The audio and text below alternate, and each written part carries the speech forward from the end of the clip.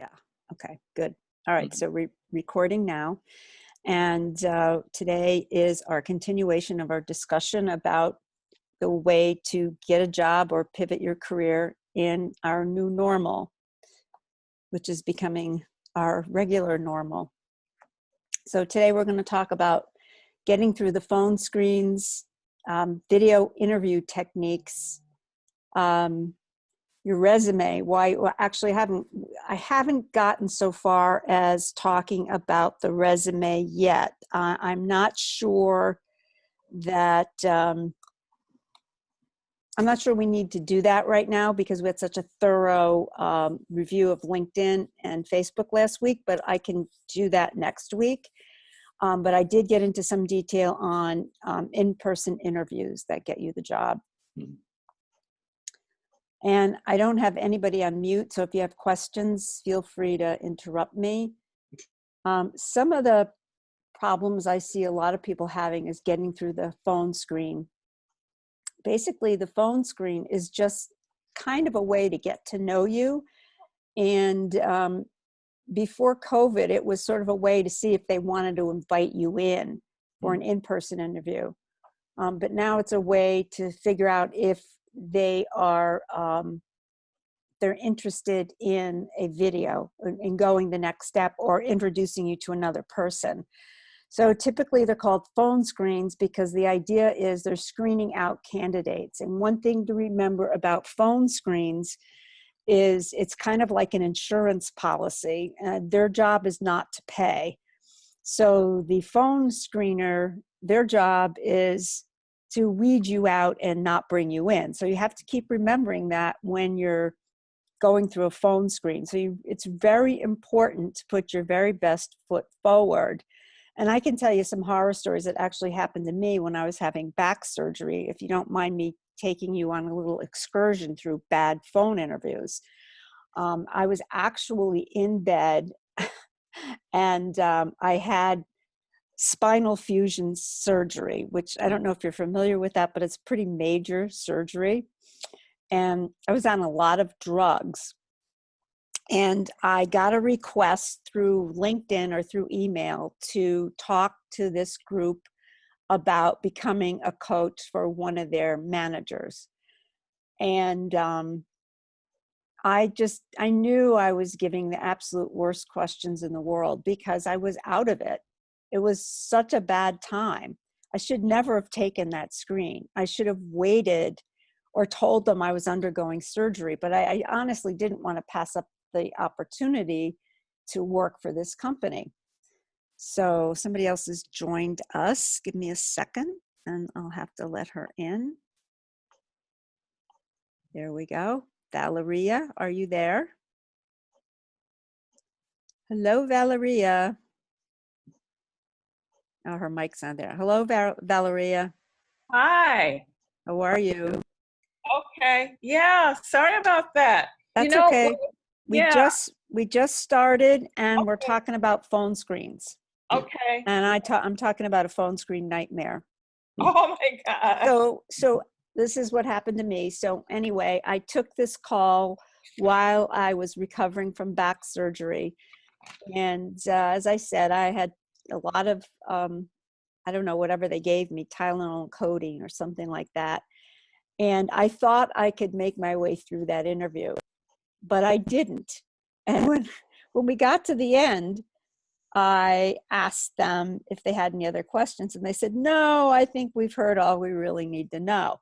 Oh, And a couple of months later, I just realized, I was kind of angry thinking, well, how dare they screen me out? I'm good at what I do.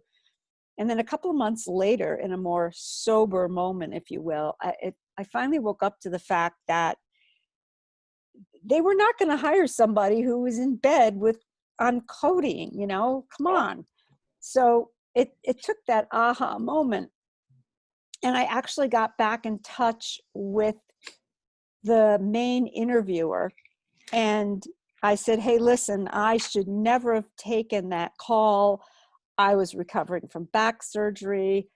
I had only been out of the hospital a couple of days. I wasn't even walking.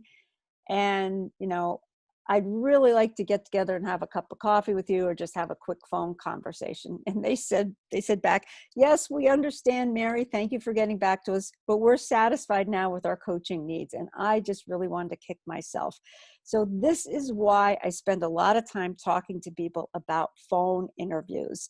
No matter how good you are, you're only as good as you present yourself at the moment. You can be the very best candidate for them.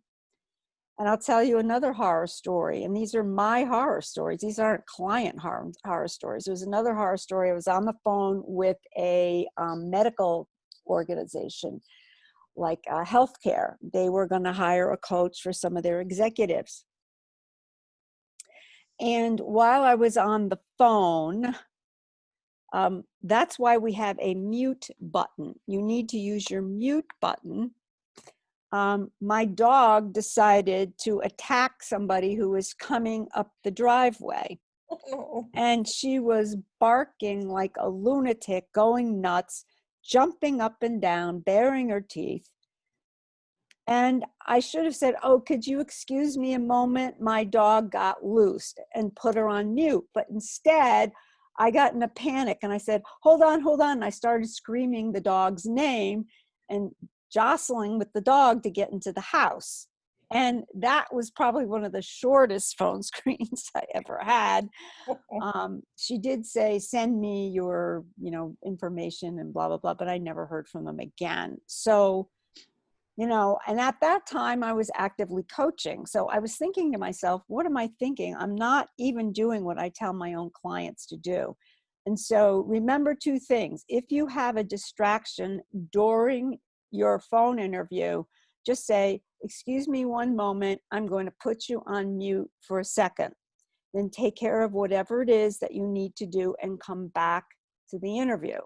Because things do happen. I mean, your fire alarm could go off wherever you are. You could be in a mall or in a library or in your kitchen or in a building.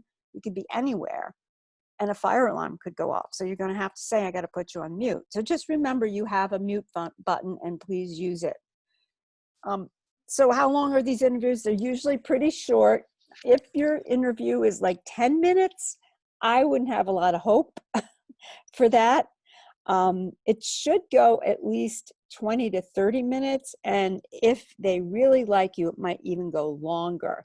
And this happens, you get a longer interview if you've been recommended by somebody. So last week I was telling you that it's best to know somebody on the inside. So if they know, if they recommended you and the interviewer has a good idea of who you are, and respects the opinion of the person who recommended you, they might want to ask you a few more questions. So here's a little statistic for you. 3 of 6 candidates who make it through the phone screen will be invited to go to the next round. So your goal in a phone screen is to get to the next round of interviews. So I always say in any kind of interview that if that job is out there and it's being offered to somebody, why not you? So you have to keep that in mind, that you're just as good as anybody else. And you have to make sure that they know about it, right? So if you're caught off guard with somebody calling you out of the blue, which does happen, it says accept the call. And I did find that in the research. But to be honest with you, if you have caller ID and you know who it is and you're not prepared for that call, you can let it go to voicemail and then call them back when you have the best opportunity, because you don't know what you might be doing in that moment. You might be in the grocery store. Maybe you want to wait till you get to your car to take that call. Okay. So I wouldn't, I mean, unless it's in an office setting or a professional setting, I wouldn't accept the call. You can ask to reschedule it and just say, I'm really sorry, can I reschedule because I did not expect this call and I can't really talk right at this moment, because they understand, particularly if you're at work. But you can always ask for a better time and get yourself in a quiet, safe environment. And if you have taken any notes or done the research beforehand, which I highly recommend that you do, um, and you got to be in the mentally correct place. You have to be ready for that interview. As I said, those 2 phone interviews that I talked about, I was not mentally prepared for either one of those. So I can tell you that when I have been mentally prepared, I have either gotten the job or gotten the client 100% of the time. So that's why it's best to let the unexpected call go to voicemail. So now I can tell you there was one case, and thank goodness I was in my car. I had just left the nail salon and I was sitting in my car. I don't know what I was doing, getting ready to start it up or looking at my nails or something. And the phone rang and I answered it. And because I have a business, I answered it in a professional manner. And it was the head of HR for Torre Plastics America. And she wanted to hire me for one of her people that needed coaching. And I was on my toes that day. I wasn't on drugs. I didn't have a dog running down the street. So I was able to hold myself together and conduct that particular interview. But you really have to be careful because the phone screen is there to screen you out. And, and they can just check you off the list and say, oh, wow, that's one person I don't have to ever talk to again.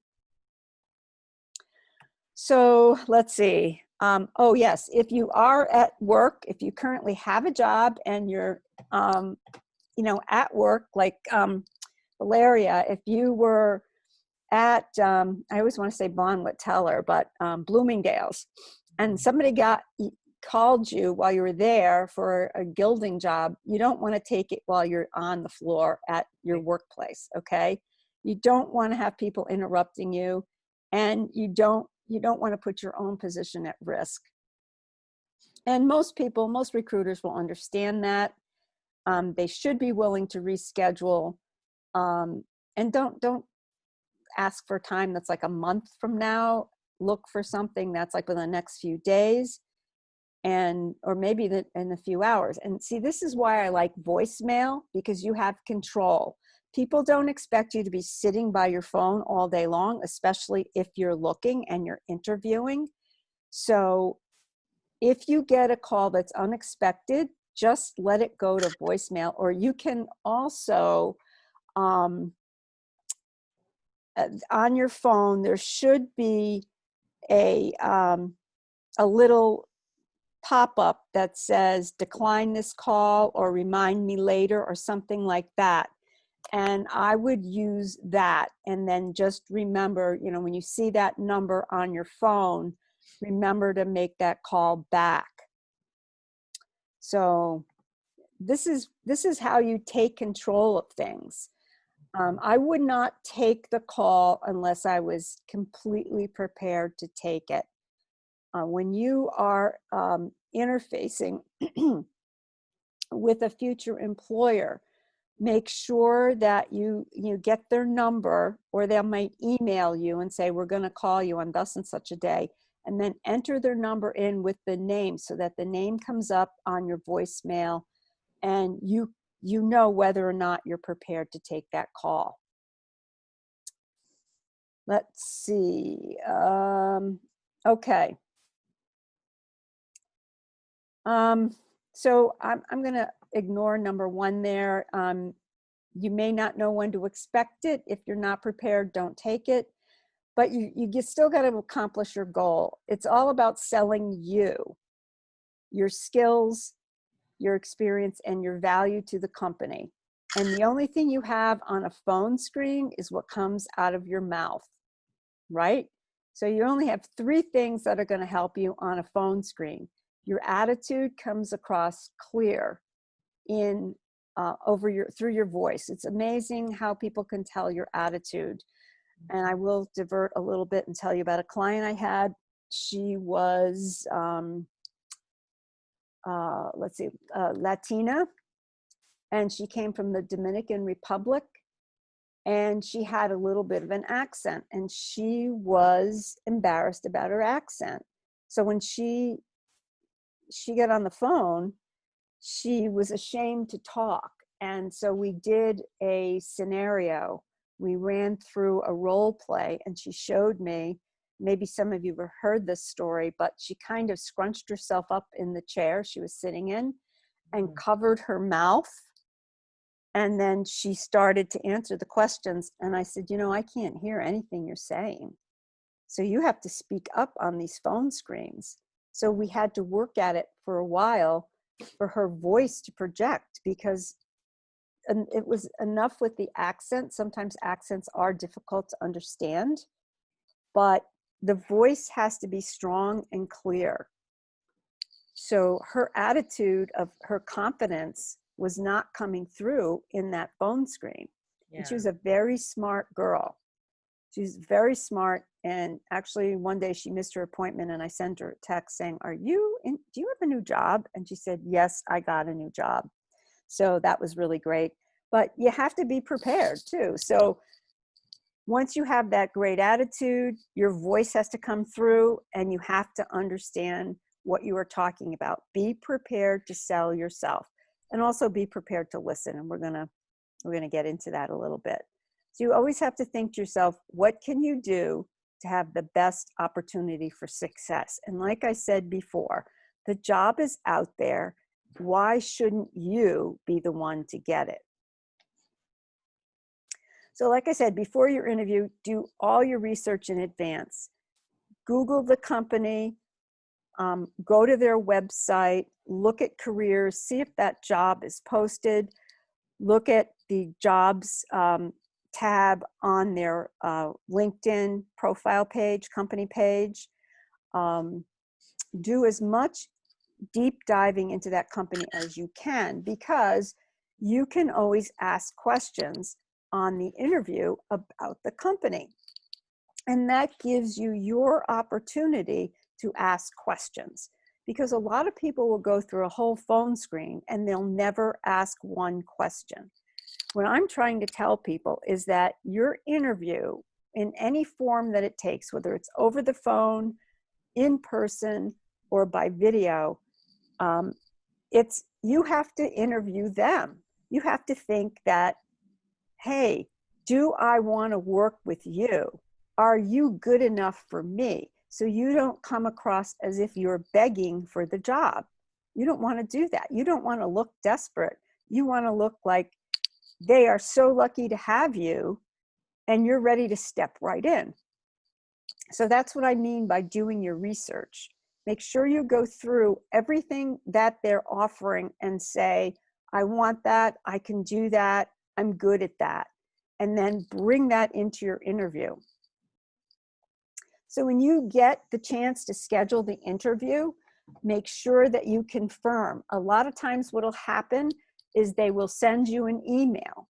So either they will have looked at your LinkedIn profile, or they have looked on Indeed or Monster and found your resume, and they decide they want to talk to you. So they'll send an email out, and they will have a signature with their name, phone number, and all the other information. So make sure you get that and confirm it with them. So if they schedule it for Monday at 10 o'clock, you go back and say, okay, I'm assuming we are meeting at 10 o'clock Monday, the 1st of September, or whatever date it is, and that this is the number that I'm going to reach you at. This is the time. This is the proper Zoom link, or Microsoft Team, or Google Meet, or whatever platform they're using. Get all that information, because how many times have you been fiddling around for that Zoom information? That actually happened to me last week. I had an appointment with my book editor, and I could not find her Zoom link anyplace. It was like it just didn't exist. And when I clicked on the one that was in my meeting notice, it didn't work. So after about 15 minutes, we got it straightened out. But if that had been an interview, that would have made me 15 minutes late. So make sure you get that information confirmed and solid before you hang up the phone or close your email out. You want to get confirmation immediately as to what all the particulars are. All right, and the other thing is very important, have a professional voicemail. You know, some people, I was thinking about my son many years ago when he first went to New York, he had terrible phone cell service where he was. And so he said, on his voicemail, it said, my phone is searching and searching and searching. No, that is not a good voicemail. You know, don't leave humorous things on your voicemail, you know, and don't make it curt. If you're not that good at creating a professional voicemail, just leave it up to your phone service. They'll either have a robot or some kind of recording that says, please leave a message. But you really should have yourself on there saying, hi, this is Mary O'Sullivan. I'm not here to take your call right now. Please leave a voice message and I'll get back to you as soon as I can. Something, it doesn't have to be an opus, something short and sweet, but it has to be professional. Don't have your kids on the voicemail, please. It sounds cute to your family, but if you're looking for a job, it's not the thing to do. Excuse me. So here are the important things to remember. Know the answers to the common questions asked. And I talked about these a little bit last week. Sometimes they'll ask you some really stupid questions like, what are your weaknesses? That's a dumb question. You want to turn that around and ask them, well, do you mean in terms of my job, my personality? So again, you want to push the question back to them. So have an idea of some of these common questions. They're going to ask you why you were leaving your previous job.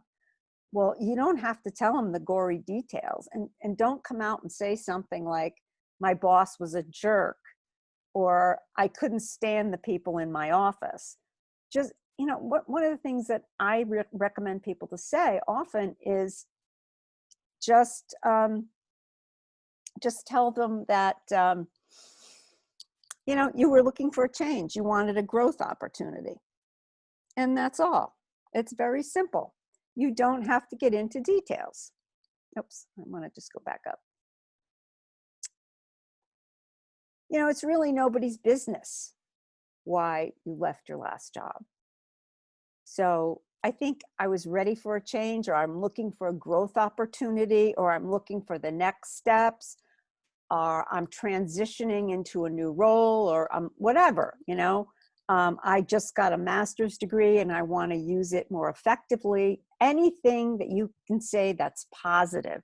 Stay away from anything negative. Don't tell them your life story. Just keep it as simple as possible. So there are a lot of these common questions. If you come across these, if you're doing a Google search on them, and they're all over the place. I did some Google searches. That's why I didn't include them in this, because they're really easy to find on Google. If you have any questions about how to answer those questions, you can always just send me an email and I'll answer you. Okay, so have your right documentation with you. Make sure you have your resume at your fingertips. Any information about the job that you found, similar jobs that you found on LinkedIn or other job sites, because that gives you a basis to ask questions. You can say something like, well, I see there have been job descriptions that included X. I noted that that wasn't part of this job description. Will I be required to do X? So you sound intelligent, okay? And that goes with the third thing rather, listen very carefully to the things they say. One really bad habit that people have in interviews, I don't care if it's a phone interview, a video interview, an in-person interview, is you let your mind wander, because a lot of the times these recruiters and hiring managers are in pure transmit mode. So it's easy to kind of get bored and let your mind wander, but you have to stay on track, even take some notes So you can circle back and ask a question about something they say, because they might have talked to 20 candidates that day, and you might be the 21st. And they might be just rattling off, you know, basic kind of boilerplate stuff. So you want to listen carefully so you can ask some specific questions so that you can let them know that you understood what you're saying and you have a creative take on what they're talking about. And also, you got to always sound happy. Happy sells. When you're on drugs, you can't sound happy. I had to learn that the hard way, but you know, obviously don't have any alcohol in your system or any kind of other kind of substance. Be very clear and happy and pleasant. Yes, language and voice. I think we covered that a little bit. I'm going to say a little bit about language, although it comes up later. Clean up your act. If you have a tendency to use the F-bomb or the S-bomb or any other kinds of language that you wouldn't say in front of your own mother, don't use it with the interview, even if they use it. Now, I have done a little research on this, and what I found is that what's out there in the literature is saying, well, if they use the F-bomb, it's okay for you to do it. Well, I totally disagree. If they use the F-bomb while you're there and it's part of their lingo, I mean, that's your choice, whether you're going to say it or not. Personally, I would never say it because you're automatically labeled. And maybe it's not acceptable for 10 years. You don't know. So I would just mind your P's and Q's, play it conservatively. The other thing is use the language of the business. So if you're looking for a job in the medical field, use the language of that field, like a physical therapist or a nurse practitioner or a CNA or a pharmacy aide or whatever it is. Make sure you're familiar with their language. Same for any other kind of job. If you're in manufacturing, understand their manufacturing language. If you're in the arts, you got to understand the language of the arts. This shows that you know what you're talking about, and it shows you're not an amateur, that you understand that business. And that actually works. It works every single time when you can sit down and start actually talking shop with the interviewer. That is the best way to get through an interview. And we talked about voice a little bit. Make sure your voice is clear, that your voice is pleasant. If you have to cough or something like that, try to mute yourself. But, you know, always when it comes to this kind of stuff, be professional. Language and voice say a lot over the phone. So you have to always be as professional as you can. Okay, and then make sure that you are taking notes while you're on the phone and right after the call. So write down things that pique your interest or that you might have questions about. So when they say, do you have any questions? You can say, yeah, I do, as a matter of fact. And also things that you write down after the call, you can mention in your thank you note. Now, this is why we were talking about LinkedIn, if you look at the next box, because if they are talking about you and your experience, there's nothing wrong with bringing them to your web portfolio. Like I mentioned to you last time, I have a client who actually has a website for himself, so he can send people to look at his work and a little bit about him on his own personal website. Or make sure that you have a really complete and completely filled out and very abundant LinkedIn profile with endorsements, recommendations, all your volunteering, all your experience, your education, all those things are really important. And then of course, smile. But I think the big takeaway here is you've got to get that LinkedIn profile looking really, really good. And you've got to take notes and make sure you know what you're talking about and you have a strong voice, physically strong. So when you're done talking on the phone, make sure that you, again, ask for the contact information of the person who's interviewing you, their name, their phone number, job title, and email address. You must have that written down or copied down someplace. If you're on a Zoom, ask them to put it in the chat for you. Sometimes there are Zoom phone interviews. In fact, I speak to a number of people on Zoom, but without the video. And so it's kind of like a phone, only using Zoom. So you ask them to put that in the chat box, or ask them to say it so that you can get everything down. Or you want to also try to get their physical address if you can. I don't think that's on this slide, but it's on one of the other slides. You want to get their physical address because you want to send them an actual handwritten thank you card. Also, ask them who else should be your contact. Like, who else do you need to speak to? So let's say you're on the phone with a recruiter. You might want to know who the HR person is or who the hiring manager is. So try to get that information. Who are the other people or person that will be your main contacts? The person might say, well, it's going to be me, and that's all you need. But you want to probe a little bit and ask, because if you don't ask, you don't get. There's nothing wrong with being bold and asking. And now let's think about this. If they don't give you a date for your follow-on interview, ask. Again, ask. Don't be shy. Ask when and how you can follow up. So if they don't say, well, we'll be setting up another round of interviews next week, can you come on Tuesday at 1? You say yes, or you say maybe 12 is better, whatever you say. If they don't say that, if they say, hey, you know, Jeff, it's been great talking to you. We'll be looking at all the candidates and getting back soon. Ask them, you know, how can I follow up with you? When can I follow up? Nothing wrong with asking. You might even guilt them into giving you an honest answer, because remember, that person on the other end of the interview is a human being just like you. Nothing to be afraid of.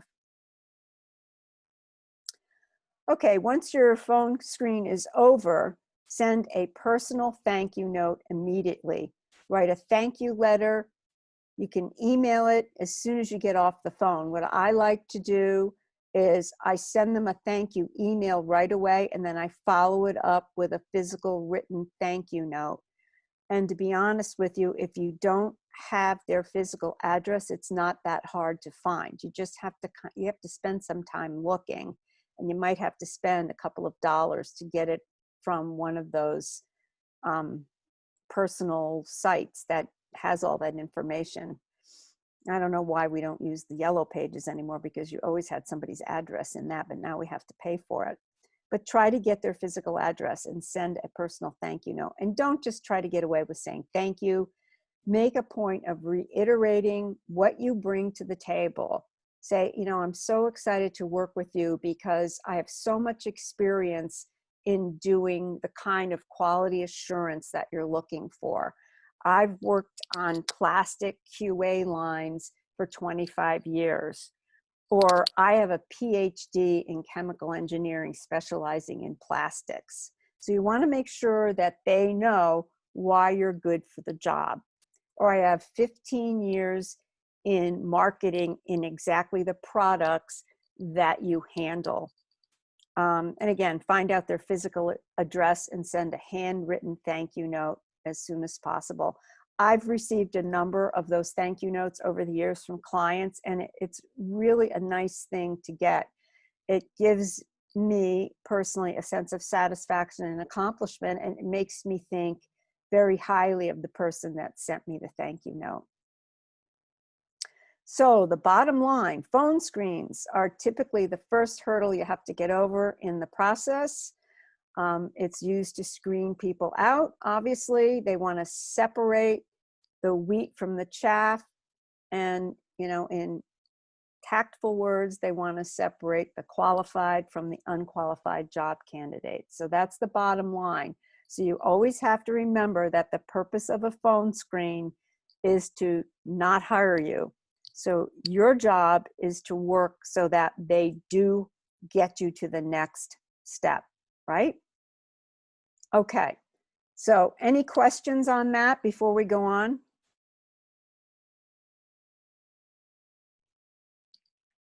I think everybody's unmuted. I'm good, Mary. Okay. Anybody else? Jeff? Yeah, I think I'm all set. That was a good overview. Okay. How about Valeria? Valeria? Questions. No questions? Okay, good, good. I can't see the chat. And Oh. that was the problem I was having last time. So when people want to put something in the chat, I don't have any way of knowing. And that's why most coaches have somebody else helping them, but I don't. So I have to do it myself. All right, so oh, let's see, did I move? Let's see, where am I here? Oh, I think I just moved way too far. Okay, here we go. So video interviews, oh my God, these can be really, really unnerving.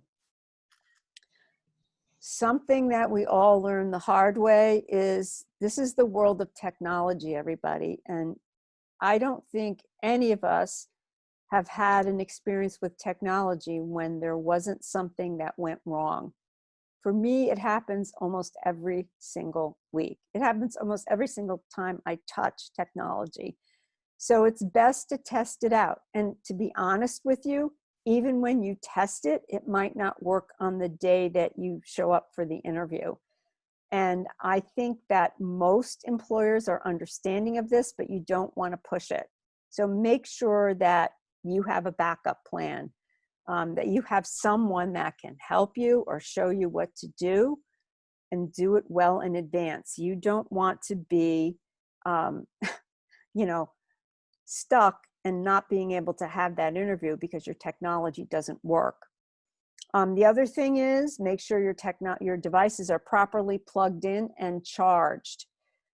If you have Wi-Fi, it's not on this screen here, this slide, but one thing that I had to learn the hard way also was that with so many people home right now and so many people using the Wi-Fi networks, Wi-Fi is not that reliable. So for me to have successful meetings, I had to literally use a hard line to my my modem so that my wireless did not go down. So I'm plugged in.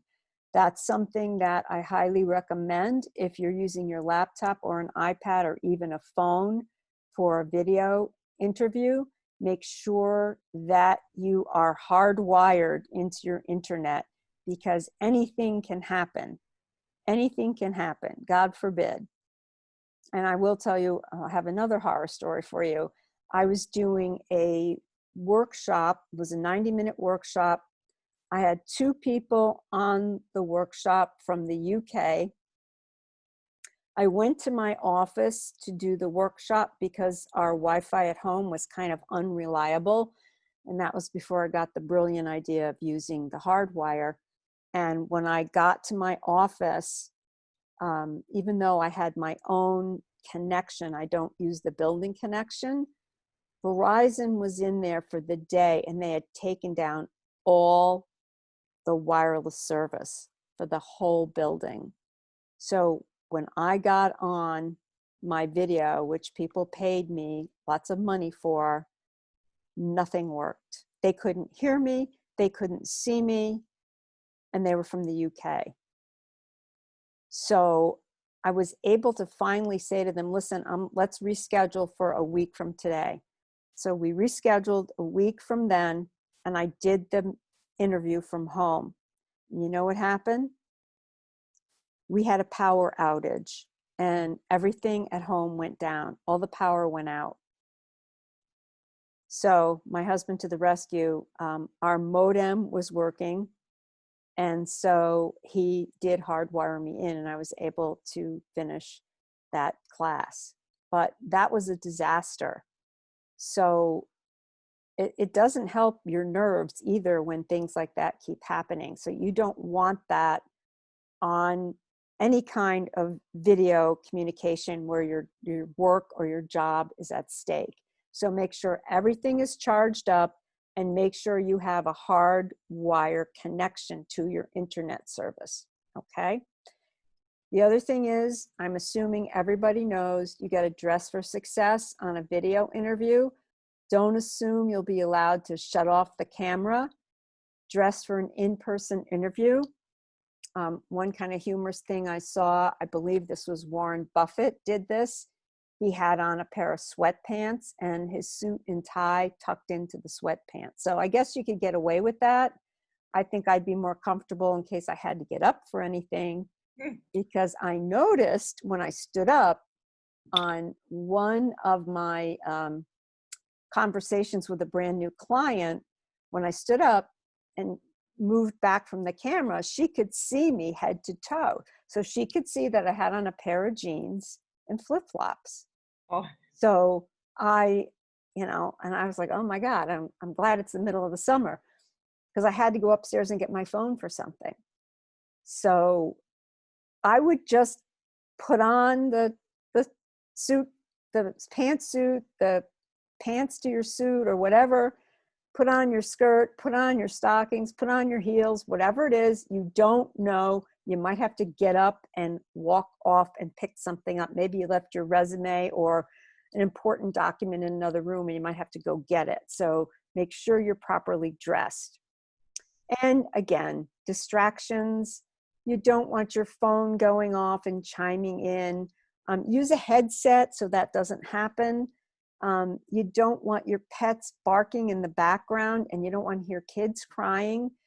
And certainly you don't want people walking in and talking to you while you're on a phone screen, or a video screen rather. People don't pay attention. It doesn't matter where you are, unless you have a door to shut, you will get distractions. You also can safely sit in your car and turn on your laptop, iPad, or your phone, or lock yourself in the basement. Those are the things that I recommend. And that way you should get complete privacy and complete silence in the background. The other thing I recommend, and this goes back to making sure your technology is working, get on 10 minutes early to make sure you can connect. And also, these are some of the tried and true interview questions that I talked about earlier. And these are tricky, and there are ways around them. So you always want to turn these around, okay? So expect some of these things. This is beyond all, let's assume all your technology and your clothing and your voice and all that is all perfect. So get ready for some of these questions. And again, I would Google these and get some answers. I've actually seen some questions on the HR forums, and they're still asking these really dumb questions. And one of the things is they want to know, tell me about yourself. So, you don't want to start off, I was born, I was born in a shack and, in West Greenwich. You don't want to start off with that. You just tell them about your career, and one of the things I recommend people do is reverse the question. Just ask them, well, what would you like to know? And they'll tell you, well, I'd like to know, tell me a little bit about how you got into this career. Tell me about your education. Tell me about what you specialize in. So you get them to hone down the question and get it to where you can answer it easily. But tell me about yourself is so open. You could spend 20 minutes on that, and you don't want to do that. They just want to know, how long have you been doing your job? What are your qualifications? What do you like about your job? What's your background? Why did you get into this field in the first place, etc. Okay. Now the second question is a really good question. Why do you want to work here? That's an excellent question. And a lot of people get caught off guard by that one. Now, this goes back to your research. Why do you want to work here? You go back and you look in their LinkedIn profile or on their website about their company values. So you can say something like, well, I admire the company values of loyalty, integrity, transparency, honesty, excellence, innovation, whatever those are. You say, I like to align my personal values with the values of my company. And when I was looking at your website and talking to other people I know that worked here, it seems that you really live your values, and that is what made me want to come here to work. So you always want to go to their website and look at their mission, vision, values, and goals, and answer the question in terms of mission, vision, values, and goals. And that will get you in the door every time, because I don't think a lot of people can answer that question that way. And it's kind of sophisticated.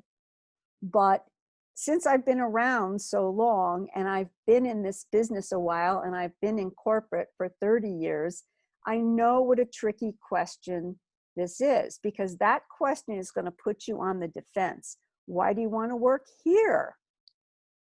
Well, hey, you worked at Torre. Well, why do you want to work at Electric Boat? You know? So you just say something like, well, I was looking for a change, and when I looked at your company values, I really admired them. In particular, I really like the way you promote transparency, and transparency is really important to me, blah, blah, blah. Okay, and so that's what you do. So I'm writing a book right now, and I just wrote a chapter on mission, vision, values, and goals. And those are really the driving forces they should be in every single company. And one of the main reasons that people leave is because their personal values are not aligned with the values of the company.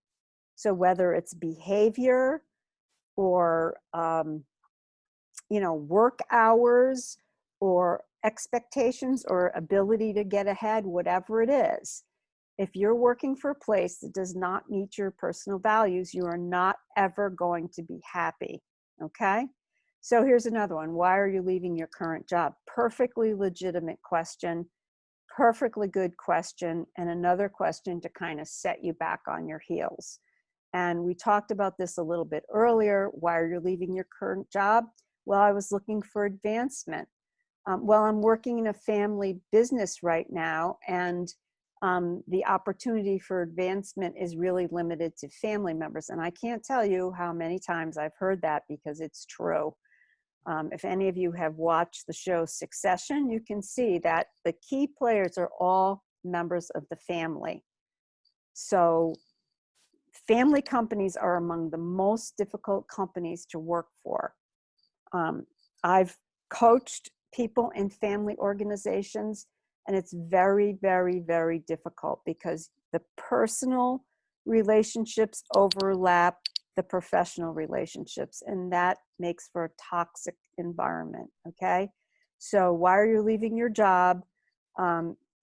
Change, advancement, I have a new certification, or I have a new qualification, or I'm looking for my next steps, or I felt like it was time for a change, whatever. Or my wife got a promotion or got a transfer to Buffalo, and we're working in Syracuse. And so, I'm looking for a job in Buffalo. Or why do you want, I've been asked this question, why do you want to move to LA? Well, my son lives in LA. So that was the end of that discussion. And then I also interviewed in Washington, D.C. with my husband. Why do you want to come to Washington, D.C. from Rhode Island? What is making you want to do that? Well, my husband went to the Naval Academy, and he has a whole bunch of friends that live in this area, in the Annapolis, D.C., Baltimore area. Oh, okay, end of discussion. So you need to have a good very, very neutral answer for that question, and it needs to be completely without emotion. So don't get wrapped around an axle when they ask you why you're leaving. You know, don't say, my boss was a jerk and I couldn't stand working for him. That might be your reason, but you really want to say something like, you know, I was ready for a change. I was looking for advancement. And seriously, you can Google this and they give you a lot of answers. Some of them are not that great, but always look for the positive, neutral answer there to why you're leaving your current job. What are your weaknesses? Bad question. I talked about this a little bit earlier. When they ask you that question, I was just talking to an HR person yesterday and she agreed with me that this is like the worst question in the world. That's if they have no other questions to ask and they can't think of anything. So if they ask you your questions, you always ask this question, rather, you always ask in relation to what? In relation to this position, in relation to my qualifications, in my developmental needs, like do I need to maybe learn another skill? Anything like that. But you don't want to start blathering about your weaknesses. Well, I like to sleep in. Well, I'm not the best person at organization. No, this is not the place to put yourself down, and don't let them open up that hole for you to fall in. You're going to close that hole by asking them the question back. What kind of weaknesses are you talking about? Or in relation to what? So remember that. And then sometimes they're going to ask you, how much do you expect to make? This is a little tricky. Again, if they have not published the salary range, you might want to know that. So before you walk in that door or before you get on that video call, go to Glassdoor or LinkedIn and look up the salary range for your position. So you can do that today for whatever your job is. LinkedIn has a spot, I forgot exactly where it is, but it will ask you, do you want to know what other people in your field and your level of experience are making? And if you say yes, it'll come up and it'll say, but of course it's by area. So, you know, I might put in, you know, what do management consultants make in Providence? So it comes up with something like $90,000 a year. So if I then put in, what do management consultants make in New York City? It comes up with something like $300,000 a year. So you want to do it by region, depending on where you're going. So that's how you answer that question. So if you're going for a job in marketing, you look up on LinkedIn or Glassdoor, you know, how much does a senior marketing manager make in Providence? And that will give you the salary range. The same thing for engineers. You know, how much does an electrical engineer make in the Providence area? And they're very highly paid, by the way. So I don't care where they're working. I mean, it is always adjusted for your region, but they always make at least 100,000 and up. So don't answer that question unless you already know the answer. Remember, lawyers never ask a question unless they already know the answer. So don't let them trip you up on that. Okay, presence is very important. Good eye contact, voice, very important. One thing about a video screen, if your laptop mic doesn't have really good pickup, and you can test the microphone, I would recommend using a headset to be heard clearly and also to block out distractions or background noise. You want to pace yourself when you talk. I was at a conference yesterday where one of the speakers was a native Spanish speaker, and she spoke English very, very quickly, and I had a really hard time understanding her. So I caught like every third word. So if she had slowed down a little bit, I could have gotten much more out of that talk. But when you're answering a question or talking in any kind of capacity, you want to give people time to absorb what you're saying. So don't talk so fast that people's minds can't keep up with what you're trying to transmit. So when you're done, close it up by sharing how appreciative you are. Ask about follow-up, similar to what we talked about in the phone interview piece. You want to get some specifics if they don't invite you for the next scheduled interview and give you a date. You ask, when can I expect to follow up with my next contact, or are you the person I'll be speaking to next, or anything like that. But you want to keep that continuity going, and then send the written thank you note. What I like to do, as I said, is send the email out right away and then write a thank you note and put it in the mail. They're having a much larger impact now because people are overwhelmed with electronic communications. There's just a deluge of emails. And sometimes it's really hard to find the email that somebody sent you. And the way things are now, in order to organize your emails, you have to set up so many different folders. And then you have to remember to place the email in that folder. And then sometimes the whole thing crashes, you lose all the information anyway. So, just make sure you send a written follow-up so people get your communication and you're not lost in that big electronic void, because a lot of these email boxes are not monitored. So in general, in interviewing, do your background research. Like I said, might not sound like a real interview skill, but you don't want to start off by asking them, what do you do again? Why are you here? Why am I here? Don't ask them if they have money.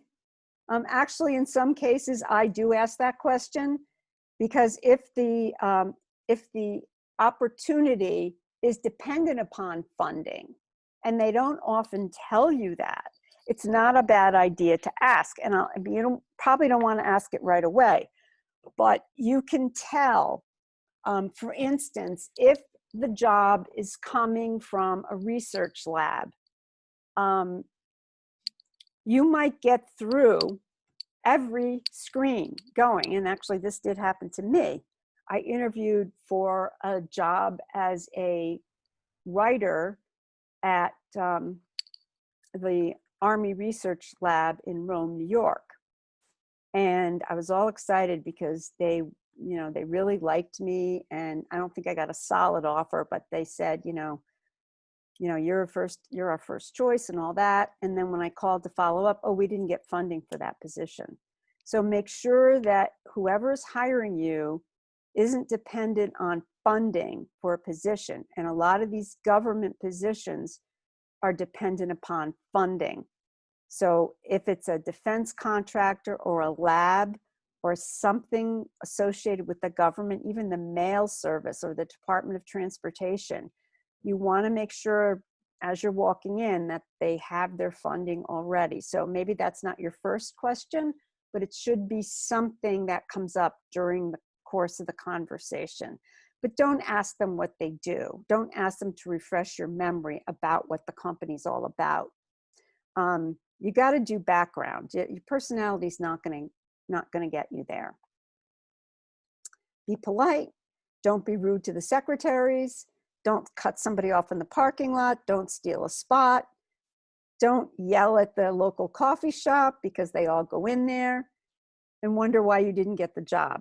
Okay? They happen, but yet they can ruin your chances. And never in a million years will a manager hire a person who's rude to the secretary or the barista, or if they take you out to lunch, to the waitress. And a lot of recruiters and hiring managers feel the same way. Watch your body language. Be careful. Don't cross your legs and then bounce your leg up and down.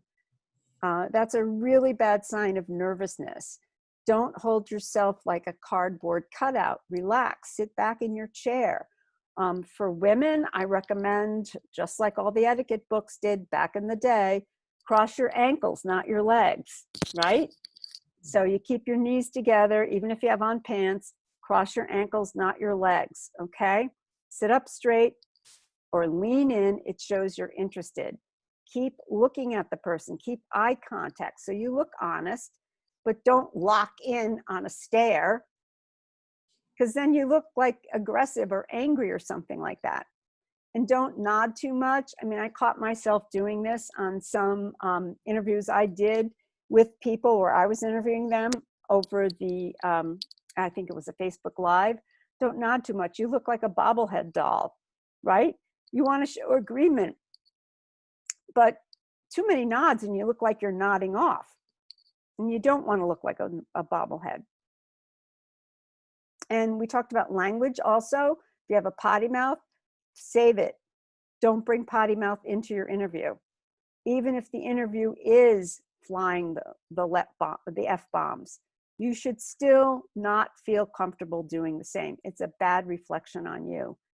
And use words that express your actual feelings and ideas. Okay, so, and the feelings are things like, oh, I really like working with people, or I enjoy having my lunch in a social atmosphere, or something like that. You always want to show a positive feeling.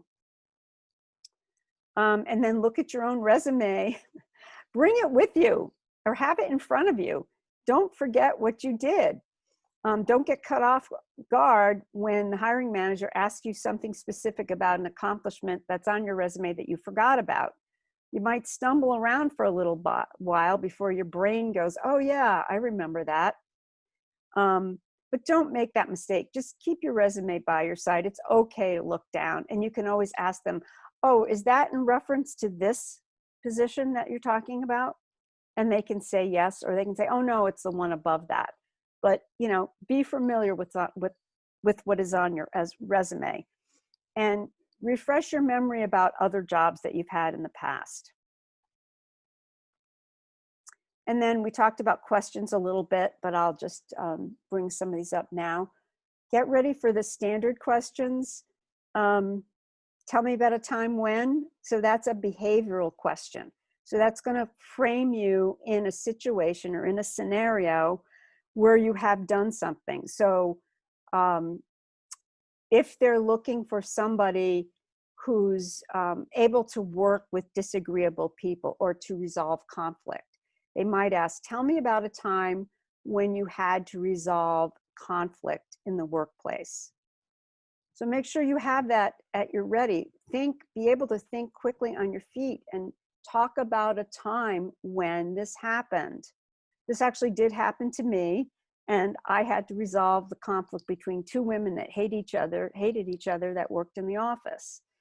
And my boss basically told me, your performance review rests on these two women getting together. So I had to work on that. And so that's a story that I have in my back pocket about when I had to help people resolve conflict. Okay, so always have a great answer prepared. Brainstorm a list of possible questions and work on your answers. And like I said, all these questions are on Google. Some of them are not that good, and some of them are great. But Inc. magazine has a list of 27 most common job interview questions and answers. And definitely look over those questions before you come to the job interview and answers. And then go through your wardrobe. Sadly, yes, people say it shouldn't matter, but it does matter what you're wearing. Don't show up in sweats or, I mean, I've heard of the most odd things happening in interviews. I heard of a person who actually just took the whole bowl of candy off the person's desk and dumped it into their purse. You don't want to do that. Don't take their candy, okay? I mean, that goes to comportment more, but be careful what you're wearing. Do not wear flip-flops. Here's a good suggestion, and it's on this chart. Before you go into the interview, go to their parking lot when people are getting out of work or going into work and look at what they're wearing, okay? So when you're going for a professional job interview, suit or casual, which means maybe no tie, but not jeans, not a sweatshirt, not sneakers, okay? not shorts, not a t-shirt that has the Rolling Stone tongue on it. No, you don't go to work like that. You go for the job that you want. If you have a Rolling Stone tongue when you go for an interview, you're going to be in the warehouse. You're not going to be customer facing. Okay? So suit for the ladies, a pantsuit, a suit and jacket and skirt, stockings. I know it's summer. Stockings are not in fashion. I would wear stockings. You know, again, go to the parking lot beforehand. If you notice that they're wearing jeans and flip-flops, I would still dress one level higher because you don't know, maybe it's a special day there. When I worked at Raytheon, we had Hawaiian shirt day. So everybody would walk in wearing a Hawaiian shirt, and you don't want to show up for an interview in a Hawaiian shirt. That probably won't get you where you want to be. Better to be overdressed than underdressed. Also, prepare your questions in advance. Don't ask questions that could be answered by looking at their website. You want to look at the website so you can ask questions of them about the business, okay? You want to ask about what does the job entail? What am I supposed to do in this job? What are the challenges? And again, you can go back to the tell me about a time when. You can say, I noticed in a previous company that a friend of mine was in the job that you're talking about, and one of her challenges was keeping people under her because the salary wasn't so great. So can you tell me about, is that a challenge here? What's your turnover rate like? So that's another good question, asking about turnover. A good one is, what does success look like in this company? Because again, that pushes the question onto them. It makes them answer you. And how does the position overall fit in with the organizational's goals? And remember, I told you about mission, vision, values, and goals. If they're living up to their mission, vision, values, and goals, then their talent acquisition is aligned with those 5 or 4 things, okay? So talent goes along with mission, vision, values, and goals. They have to have talent that align with all those things.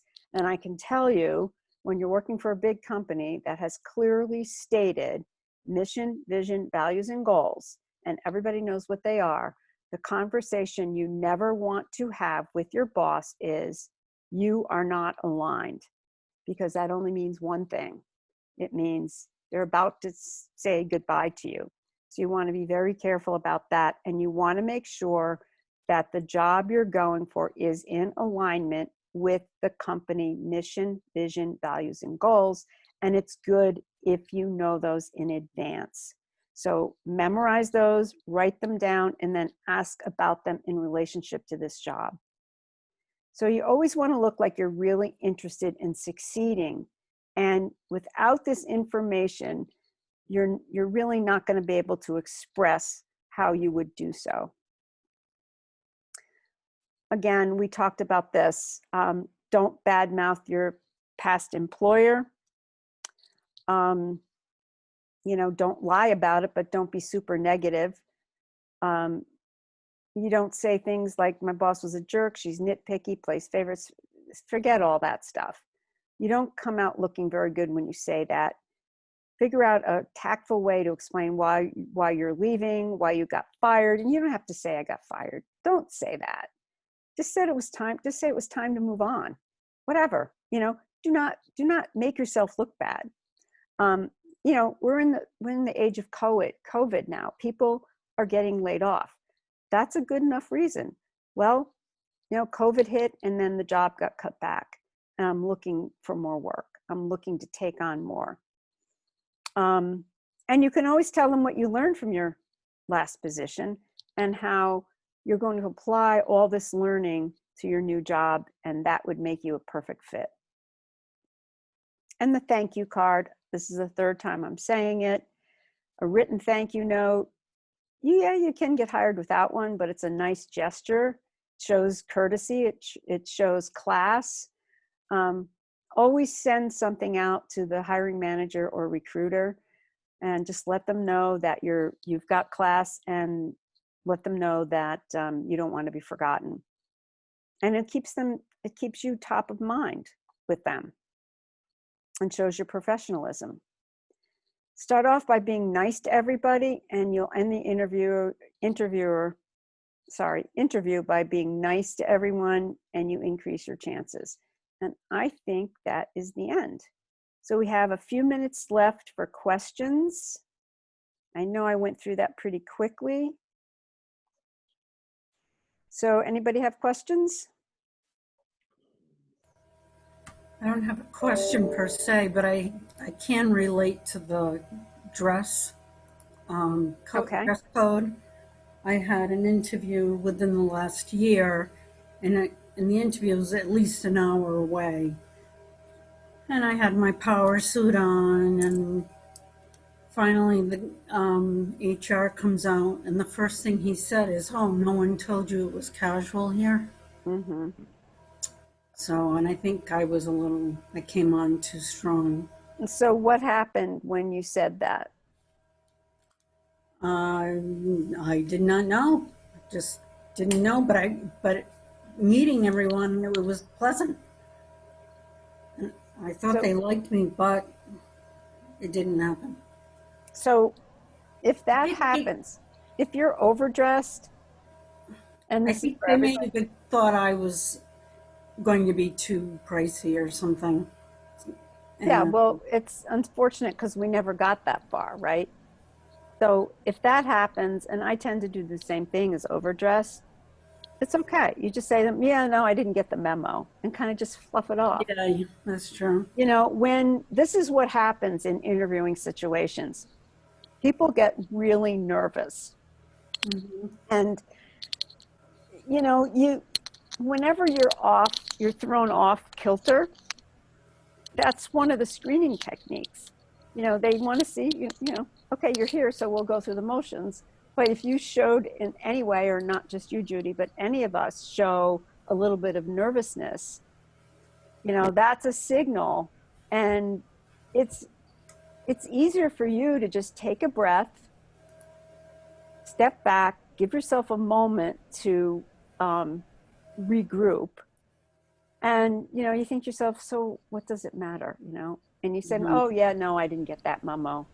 Okay, I'll take off my high heels, and get them to laugh or something. You want to get them to relax, and then you relax. And so my firm belief is that the interview is really in your hands. So we always get uptight and nervous when we're in an interviewing situation because we place so much importance on it, right? Because, oh my God, my salary, my livelihood depends on this job. That's all true. But your livelihood and your living also depends on getting through that screen. So the big thing is to do everything you can to make them at ease and turn it around. It's very hard to do, but when you spend some time role playing and turning it around, it becomes much easier. It puts you in the power position. So when they kind of get you off kilter on something, they've taken away your power. So in order to get that power back, you have to relax, and you have to get them to relax. That's the most important thing. Because really, what difference does it make that you showed up in a suit? So you put on your power suit. That's what you thought you should wear to an interview. And you were right. And that was kind of stupid of them. They probably should have said something like, oh, we're casual around here, but don't worry about it. But he didn't say that. He said something that was going to unnerve you. And that was done on purpose. That's part of their screening. Let's see how she reacts to this. So, I don't trust people in those roles, frankly. I've seen too much of it from the other side. And I'll tell you something, most of them don't know what the hell they're doing. They don't. And they get told, you need to, you need to open up a slot in XYZ position because we're bringing in this new business and we need a slot over here to get this done. And you better go hire somebody. And then the manager's sitting there like, oh, it's so much work to hire somebody. Can't we just split the work up among like 3 other people? Like so-and-so's not really that busy, and then they get pressure. No, we want a new person dedicated because we're going to move that person from where you are. We're going to move them over to a different location where the rest of the project is located. He's not going to sit with you, so we can't split it up. Oh, okay. And then they drag their feet. They don't put the job description together. And then when they do, it's wrong. And then HR has to go back and forth with them. So by the time they actually get to the interview, they could care less because they don't have real ownership in it. And that happens more often than you think. I've seen it. I've seen it a million times. And I've seen it on these HR forums, on these boards. I just saw, I think it was yesterday or this morning, a comment that said, hey, I need a contact at Indeed because I've had like 5 candidates in the past 3 weeks not show up or call for their interviews, and I want to blackball these people on Indeed. And the answers on HR were like, Jesus Christ, give people a break. It's a pandemic. People get sick. Like, what's your problem? And move on. And but this is the mindset of these HR people. Like they get so emotionally involved in it that if something happens, like right away they take offense, and it doesn't matter what it is, and you have no way of knowing. And so they might have had maybe 2 in a day, and then you show up, and then it's your turn. And then what kind of mood are they in at that point?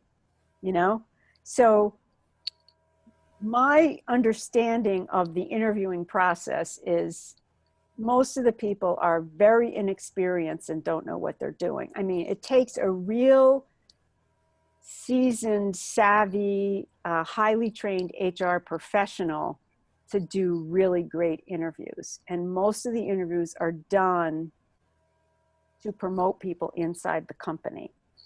So they want to kind of, they want to put you under a microscope, and they will ask a lot of these behavioral questions, like, tell me about a time when, or let's say blah, blah, blah happened.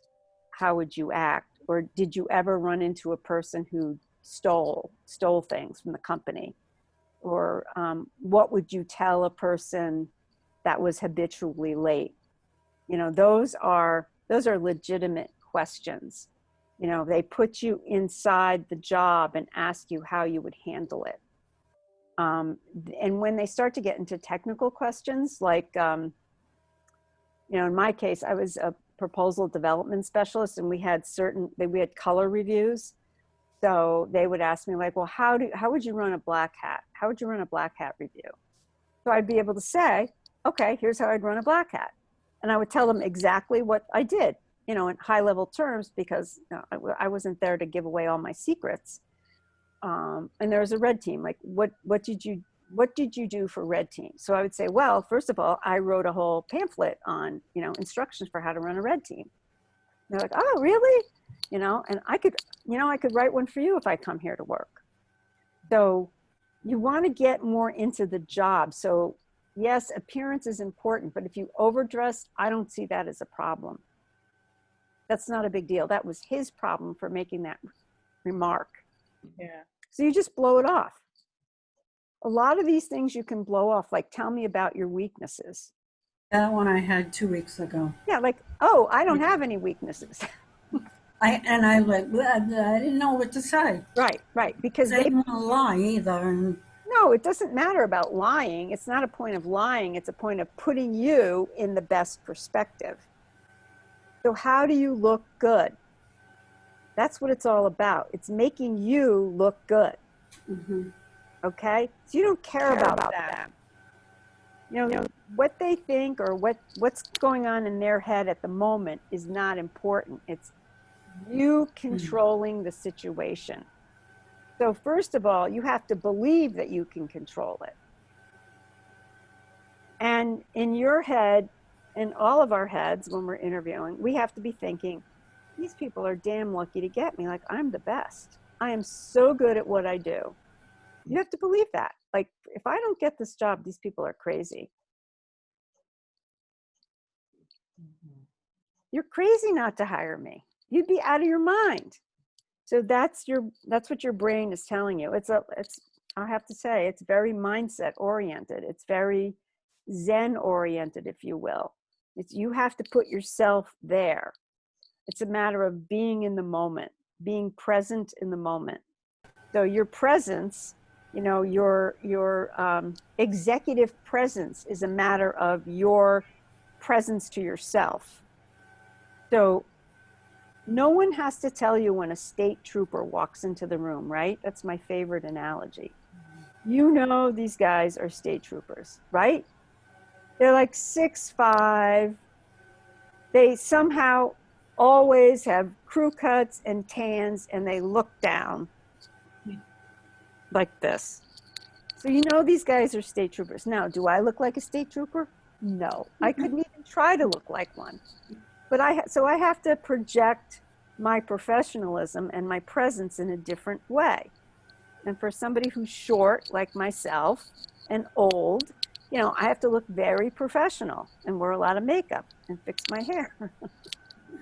So, and not that I'm looking for a job now, but if I were looking, I have to make a lot of effort to get hired someplace because, I have to get the suit and the heels, and I don't want to do that anymore. And it would be hard for me to portray that I do want to do it because I really don't. So you always have to be doing and in the frame of mind that you want to project to your employer and the guy who you are going to make happy because you're there. How about you, Jeff? I have a question concerning follow-up. A week ago, I had a fourth interview with a company. It was very in-depth. It was an hour long. And Microsoft Teams. And I had to show a PowerPoint presentation to a committee of about 7 or 8 people. And they said they were going to turn it around quickly with an answer, but I haven't heard back from them. And I'm wondering if I should reach out at this time or maybe give it a few more days. Did you send them a thank you note yet? Yes. Did you send a written one? No. Okay, so send a written one. Mm-hmm. And then wait a couple of days. Do you have Okay. the contact information for the person?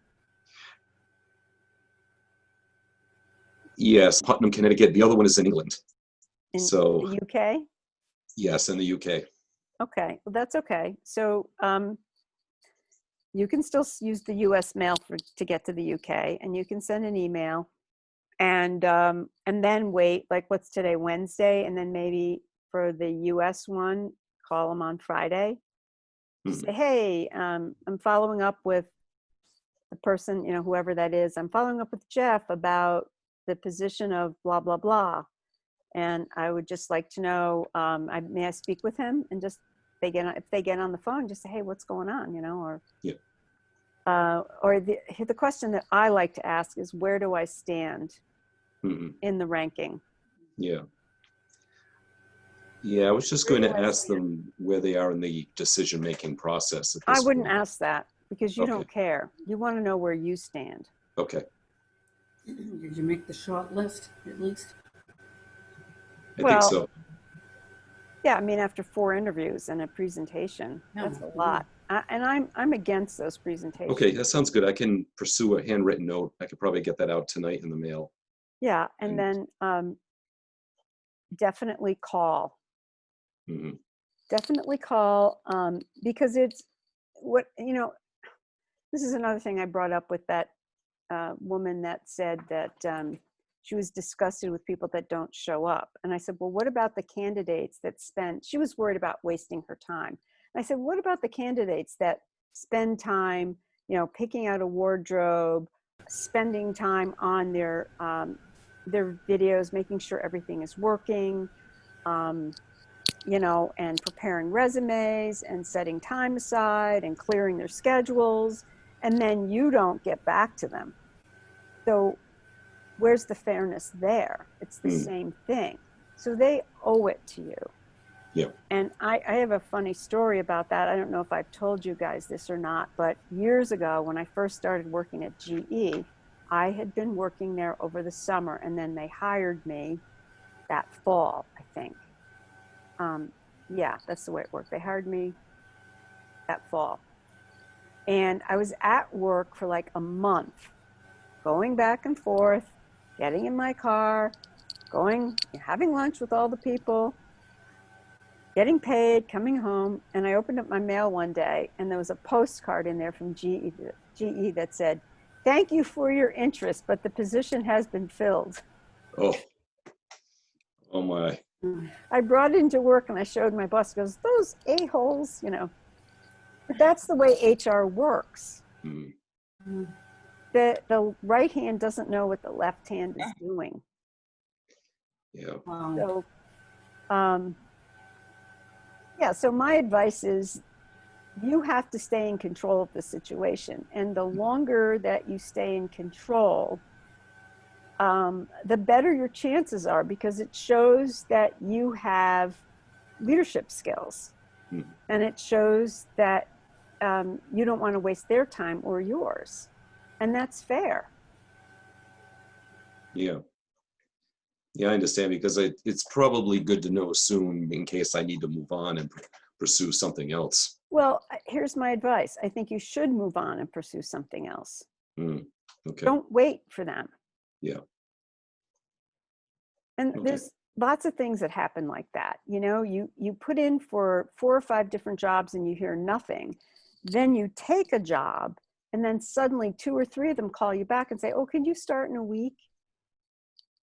But you've already worked someplace for 3 months.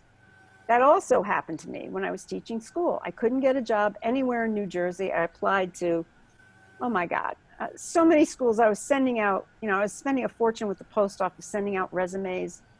My uncle worked for the school district in this one town, and I was subbing there. And I applied there, and I applied to all over the place. And I went for interviews all over the state, got nothing.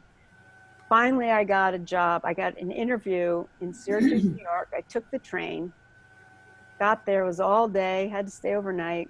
It was a big deal. And they called me like the next week and hired me. So I packed up all my stuff, drove up to Syracuse, got an apartment in the middle of nowhere. And I was in the job about a month. I think I took the job in February, and like in the spring, like March, April, I got a call from 2 schools in New Jersey that paid a lot more money and were much closer to home. It would have been much easier for me to have taken those jobs, but what could I do? I felt like obligated. I was only like 23 years old. I felt obligated to stay where I was because I had promised them my employment, and I was there for 10 years.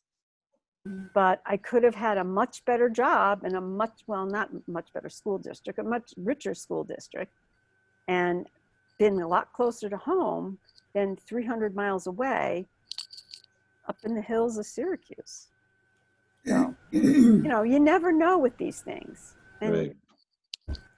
But see, if I had stayed from February to April waiting, you know, my whole family would have been all over me, like, how long are you going to be waitressing? You know, you got to get a job. You can't just sit around like waiting for the phone to ring. They would have been all over me. I went everywhere. I went to Florida interviewing. I went all over. So when I got that offer in Syracuse, I took it because I was like, I got to work. Yeah. But at the time, which was in the 70s. Yeah, that's good. Thank you. Yeah. 1973, I was making in Syracuse $7,400 a year. And the starting salary in New Jersey in the districts where I was offered jobs was $11,000. Those people now are making over 100,000 a year, Yeah. especially with a master's degree. But I Yeah. left teaching because I couldn't make enough money. And that's when I started working at GE. Yeah. Anyway, enough war stories. So, okay, so we went a little over. Next week, we'll talk about resumes. Your homework, everybody, is fix up your LinkedIn profiles. If you have not asked all of us for recommendations and endorsements, please do that. And I will do the same because our goal is for endorsements, we want to get over 100 because that bumps up your algorithm on LinkedIn, bumps you up to the top of the search. Okay, so that's your homework. So make sure we all connect on LinkedIn. Does everybody have everyone else's name at least so we can find each other on LinkedIn? Yeah, I'll copy the names. Yeah.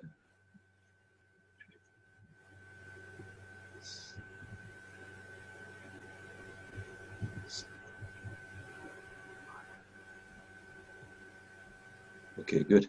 And as soon as we're done, I will post this on YouTube, and then I will put the slides on Google Share Drive.